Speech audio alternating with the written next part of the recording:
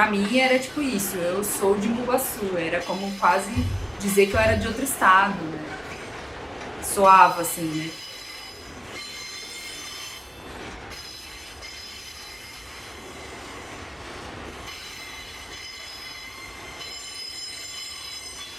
A primeira infância foi uma coisa muito de chácara, minha avó morou lá um tempo, então eu tinha essa coisa de cuidar dos animais, pegar passarinho na mão, pintinho, de falar porta, vermelho. Eu tive uma infância muito de cidade do interior e eu só fui entender o que significava viver em Iguaçu já na fase de adolescência barra fase adulta, porque eu achava que era normal os meus pais demorarem tanto para se deslocar. Eu não conseguia entender que isso tinha uma espécie de marcador social, assim, de alguma forma. Esse deslocamento para mim foi muito começar a entender a cidade, assim. Aí eu falei, não, eu preciso morar mais perto. Aí fiquei um ano com a minha tia, depois eu fui morar no pensionato que era na rua paralela ao Senac. E aí minha vida começou a andar de um jeito diferente. Então eu senti uma solidão absoluta, assim, porque eu já não estava convivendo mais com ninguém da minha família, apesar de ir pra lá todo fim de semana, mas eu já não.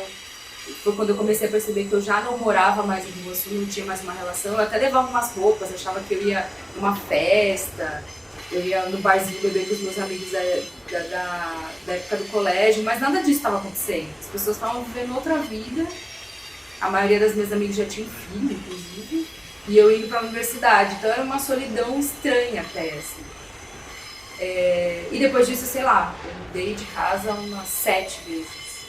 E aí eu morei desde moradia estudantil na USP, legal, pensionato com 18 meninas, república com 7 pessoas, um apartamento com 7 pessoas. E até agora com essa configuração que eu tenho, que eu consegui me libertar um pouco dessa lógica universitária, assim, que eu consegui alugar um apartamento, morar sozinha e viver a lógica da cidade de outro jeito. E de me sentir um pouco mais pertencente à capital, assim, uma pessoa da capital. Mas é óbvio que esse deslocamento é uma coisa que me marcou e me marca, assim, até hoje. Não consigo desvincular a pessoa que eu sou, o jeito que eu enxergo as coisas na cidade, sem pensar nisso, assim. É uma coisa que me define muito.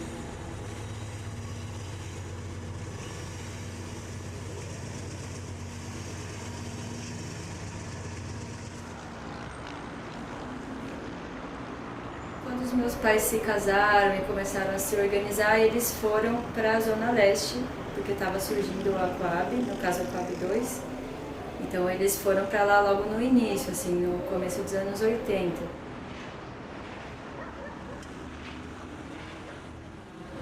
Então, desde a infância, sempre foi, tipo, a gente ia visitar a nossa família, a gente vai cruzar a cidade para almoçar com a avó, né? Então tudo era longe.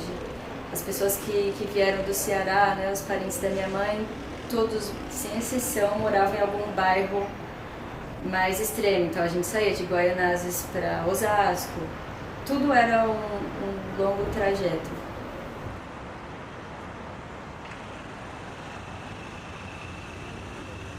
Eu lembro a primeira vez que eu fui no Teatro Municipal, foi um grande evento. Eu lembro que a gente colocou a melhor roupa, que eu nem tinha, era a roupa da filha da patroa do meu pai. E aí foi uma coisa, nossa, a cidade, estar no centro de São Paulo era estar em São Paulo, parecia, né? Pra mim naquela época e com o passar do tempo também.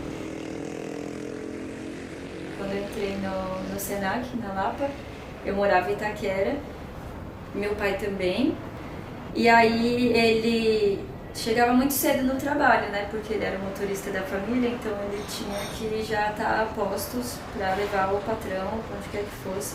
E aí, no primeiro momento, quando eu entrei na faculdade, meus pais chegaram à conclusão que seria interessante eu ir com meu pai de carro.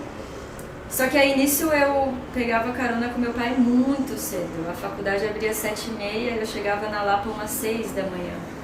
Às vezes um pouco antes. Então a gente saía de madrugada, no escuro, E aí andando de carro com meu pai, assim, conversando, ouvindo várias histórias da vida dele, várias histórias de deslocamento, porque a família do meu pai migrou também, né? Ele nasceu em São Paulo, mas o meu avô baiano, minha avó pernambucana. Apesar de eu ir de carro com meu pai, como eu acordava muito cedo, eu chegava na faculdade morrendo de sono. E aí, por esse cansaço, como eu chegava lá exausta, acabava a aula, né, dava meio-dia e pouco, eu falei, bom, eu não vou voltar para casa, eu já vim até aqui. Então eu ficava no Senac o dia inteiro, às vezes até terminar o turno da noite. Às vezes eu chegava no metrô Itaquera, não tinha mais lotação, quando algum trabalho se estendia. Então eu tava assim, eu ia pra casa só pra dormir, nem comer às vezes eu conseguia, porque eu chegava tão cansada que eu tomava banho e dormia.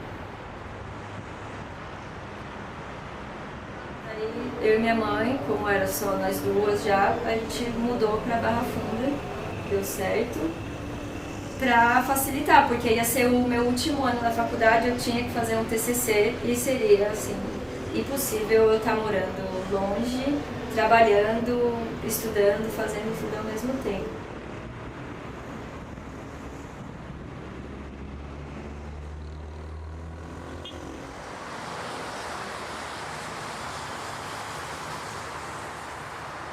Descobri que a BR essa, né? Essa, né? É a maior BR do Brasil, porque ela liga o norte até o sul do Brasil.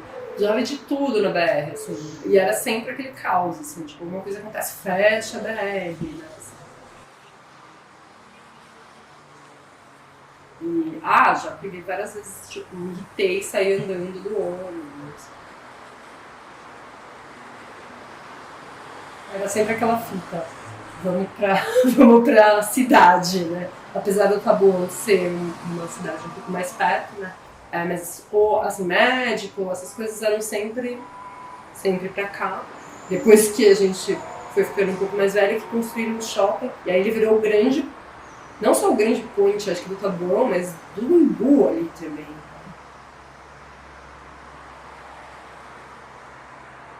Então, meu namorado morava no Brooklyn. E aí tinha dia que eu tava do Taboão, do Butantã, no Brooklyn, pra USP, da USP, tipo, pra um estágio. Aí do estágio eu ia pro Senac, e do Senac às vezes eu ia pro Brooklyn. Então eu tava em 5 partes da cidade em um dia só. Então eu chegava em casa, tipo, meia-noite e meia também, pra ir no outro. Eu tinha um gás, fazia de tudo pra, tipo, preencher um tempo, pra não ter que ficar voltando.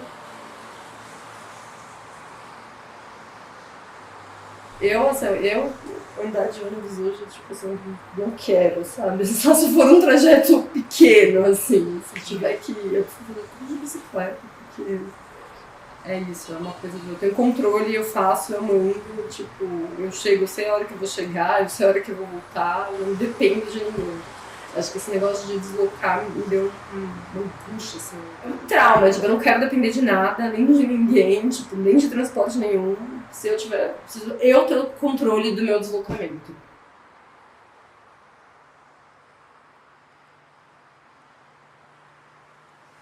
Não sei se a Vila Ângela é minha casa, ou se a Vila Madalena. Não sei se essa cidade é, tipo. São Paulo é tão cruel que dá pra te chamar de casa? Dá mais ou menos, sabe? Entendi que talvez a questão do pertencimento, claro, é do seu lugar, do seu bairro, mas é uma questão da gente também. Talvez é isso. O meu lugar talvez seja o deslocamento.